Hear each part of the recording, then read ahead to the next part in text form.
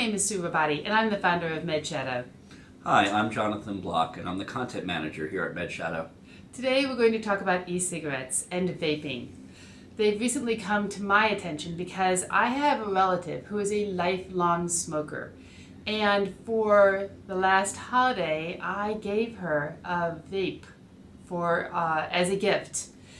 Now, I really don't believe that it's healthy in any case to inhale anything into your lungs other than oxygen, than the air we breathe. However, I'm convinced that vaping is at least less damaging to you than are cigarettes. But Jonathan, what do you think?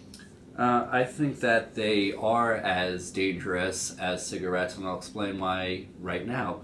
There was a study that just came out in a major medical journal that found that e-cigarettes actually don't discourage the use or the picking up of smoking by teens. It has been thought that perhaps e-cigarettes would be a substitute for smoking, but actually just the opposite has been found in this new study.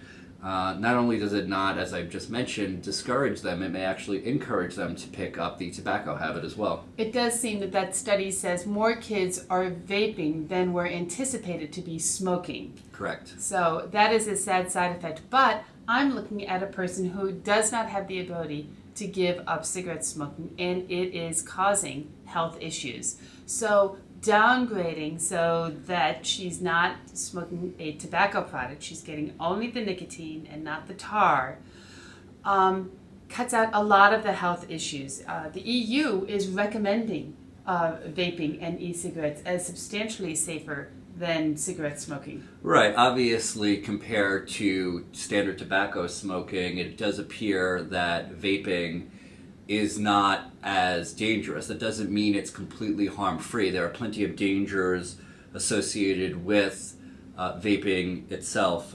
Some of them have to do with the fact that the flavorings that are used in lieu of the tar that you would find in cigarette smoking, you really don't know what's in those flavorings. And another issue that I have with the flavorings is that the manufacturers have created them, a number of them, that are specifically geared toward children with flavors such as bubble gum or cotton candy, and that to me is an obvious ploy to get young kids to start to use vaping devices.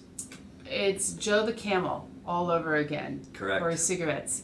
That is a problem, and I will admit that my relative's son, who is not a smoker, was easily able to teach her how to vape because he has vaped.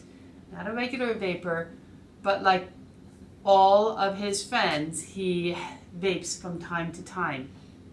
Yeah, I just want to bring up one other thing that is potentially dangerous, that why vaping is particularly dangerous for young people and teenagers, is that study that I referred to in the beginning of this episode, it also found that the young people who engage in vaping also tend to engage in more risky behavior, such as multi-sex partners, marijuana usage, and abuse of opioid painkillers.